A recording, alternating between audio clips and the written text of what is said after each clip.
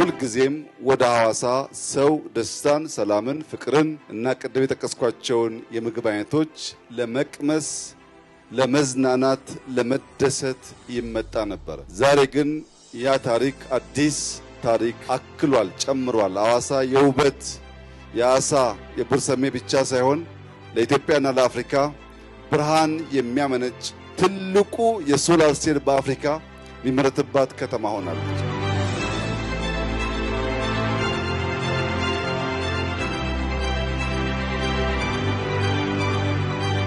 የዛሬ ዓመት ገደማ ቶዮን በቪየትናም ጎብኝተን እንደዚህ ያለ ዘመናዊ ፋብሪካ ኢትዮጵያ ውስጥ ለማየት በጣም ከፍተኛ ጉጉት አድሮብን ነበር። ቶዮ መጥቶ የመጀመሪያውን ፌዝ 2 ጊጋዋት ገደማ ስራ ካስጀመረ በኋላ ራሱ ቶዮ ወደ 4 ጊጋዋት ለማሳደግ ወሰነ። ሌሎች 2 ተጨማሪ ትላልቅ ኩባንያዎች ወደዚህ ኢንዱስትሪያል ፓርክ መጥተው ሶላር ለማምረት ወሰኑ።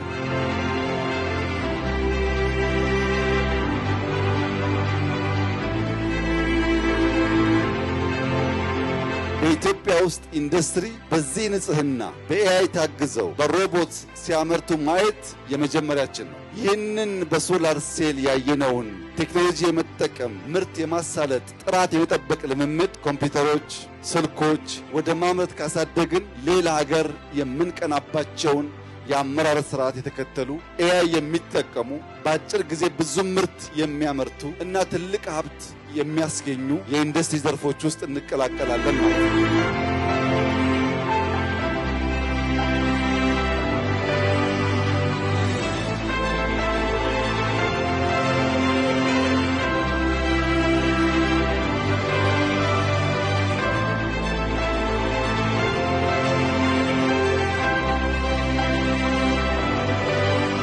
ባየሁት እጅግ በጣም ደስ ብሎኛል።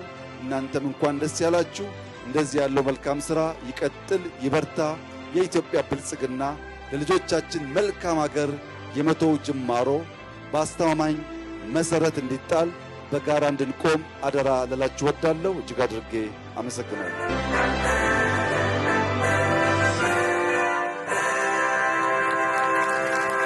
እናመሰግናለን።